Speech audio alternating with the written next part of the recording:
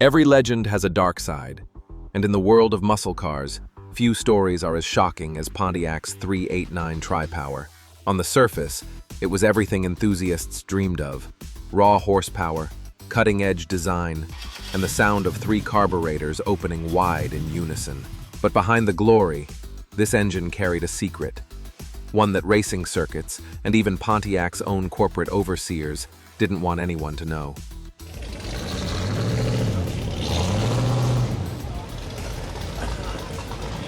And what if I told you the very engine that built Pontiac's reputation was considered too powerful for the track and was erased before it could reach its full potential? This is the untold story of the Pontiac 389 Tri-Power, how it rose, why it was banned, and how, despite everything, it became one of the most legendary motors in automotive history. The early 1960s were a turning point in American automotive history, and Pontiac was right in the middle of the storm. Muscle cars were no longer just about transportation. They were about pride, rebellion, and power. And when Pontiac unveiled the 389 Tri-Power, it instantly became a symbol of that movement. Three two-barrel carburetors sat proudly atop the intake, working in harmony to deliver a surge of power that felt almost explosive. For most of the time, only the center carb operated, making the car streetable. But when a driver put his foot down, the outer carbs snapped open, unleashing a rush of fuel and air that transformed the car into a rocket. It wasn't just an engine, it was an experience, one that thrilled young drivers and terrified anyone who dared line up next to a Pontiac at the strip. The numbers spoke for themselves. Depending on configuration, the 389 Tri-Power pushed well over 340 horsepower, a figure that was staggering for the time. But beyond numbers, it was the delivery of that power that set it apart. Smooth at idle, tractable in traffic, and then savage at wide-open throttle, the Tri-Power gave Pontiac something unique, a motor that felt civilized until provoked. On the street, that meant dominance. On the track, it meant Pontiac suddenly had a weapon capable of embarrassing Ford, Dodge, and even Chevrolet. The Tri-Power quickly became the heartbeat of the GTO, the very car many historians now call the birth of the true muscle car era. With a Tri-Power under the hood, the GTO wasn't just another mid-sized car. It was a street brawler with a polished smile. Young drivers adored it, magazines praised it, and rivals feared it. Overnight, but success comes with consequences. NASCAR officials began noticing Pontiac's sudden rise in dominance. The 389 Tri-Power was proving almost too effective, pushing Pontiac drivers to the front of the pack and leaving competitors frustrated. Other automakers, sensing Pontiac's momentum, quietly lobbied for tighter regulations. They argued it wasn't fair, claiming multiple carburetors created an advantage that normal engines couldn't match. In truth, it was less about fairness and more about fear.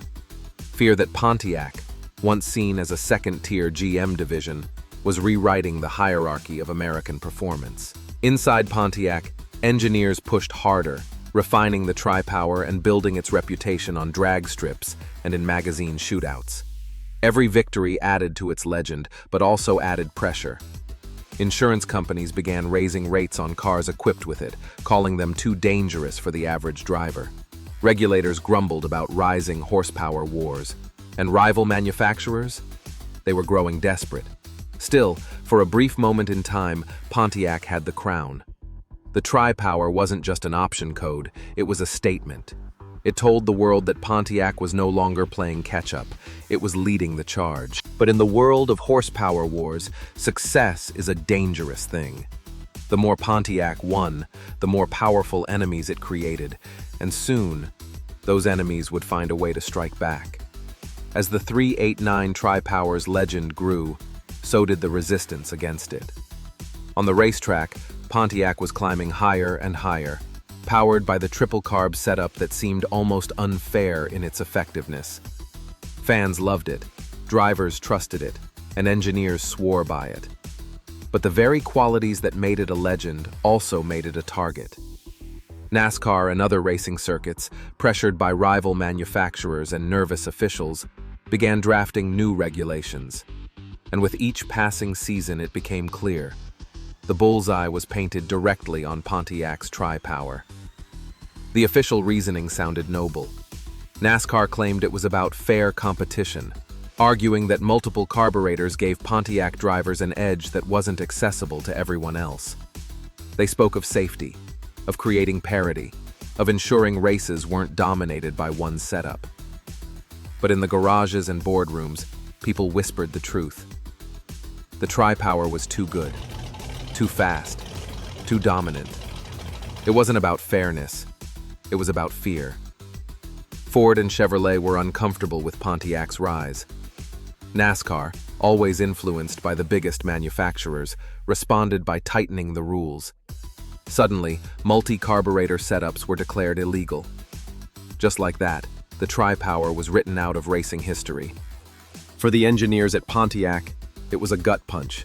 They had built something remarkable, something that gave the brand an identity, only to watch it stripped away not by mechanical failure, but by politics.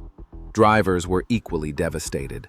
Imagine training, racing, and perfecting your machine, only to be told that the very heart of it was no longer allowed. One racer later recalled, "We weren't beaten on the track, we were beaten in the boardroom." And the betrayal didn't stop with NASCAR. In 1963, General Motors dropped its infamous corporate racing ban, forbidding all divisions, including Pontiac, from supporting motorsports. To outsiders, GM claimed it was about responsibility, safety, and avoiding government scrutiny. But to Pontiac enthusiasts, it felt like sabotage from within. The very corporation that had allowed Pontiac to thrive was now clipping its wings, forcing it to abandon the very weapon that had made it a powerhouse. The cover-up was just as painful. Pontiac downplayed the tri-power in official marketing, rebranding it as a mere option rather than the performance icon it was. NASCAR dismissed accusations of bias, claiming the rules were fair. But in garages, drag strips, and late-night conversations among gearheads, the truth spread. Everyone knew Pontiac hadn't lost. The tri-power had been stolen from them. For enthusiasts, the sense of loss was personal. This wasn't just about an engine being banned, it was about watching a revolution cut short. The 389 tri-power symbolized freedom, rebellion, and raw performance. To see it neutered by executives and outlawed by officials felt like betrayal on every level. But legends don't fade so easily. While the tri-power was banned from racing circuits, it was never forgotten. And in the decades that followed, it would return, not as a corporate project, but as a cherished icon in the hands of collectors and dreamers who refused to let it die. Engines like this don't disappear. They live on in garages, under tarps, in barns, and in the memories of those who once heard their roar. The tri-power became more than just a setup of 3 carburetors. It became a badge of rebellion, a symbol of what Pontiac once dared to build when no one else was bold enough. Collectors soon recognized its rarity. GTOs equipped with the 389 tri-power became the crown jewels of Pontiac's golden era. At auctions today, they command staggering prices, not just because of their performance, but because of the story they carry. Each one is a survivor of a time when corporate politics tried to bury brilliance. To own one is to hold a piece of forbidden history in your hands. And then there's the sound. Anyone who has stood near a tri-power GTO knows it's unlike anything else. At idle, it's a steady, confident rumble. Press the throttle lightly, and it responds with a smooth, civilized growl. But when you bury your foot and those outer carbs snap open, the car transforms. The induction roar is violent, raw, almost primal. It's not just an engine note, it's a declaration. A reminder that Pontiac once stood toe-to-toe with giants and refused to back down. One restorer put it best. When the tri-power opens up, you're not just hearing horsepower. You're hearing Pontiac's heartbeat. For enthusiasts, that heartbeat never stopped. Even after GM pulled support from racing, even after NASCAR banned multi-carb setups, the Tri-Power lived on in garages and drag strips across America. It became a cult icon, celebrated not because it won sanctioned races, but because it was outlawed. And sometimes, what's banned becomes even more legendary than what's allowed.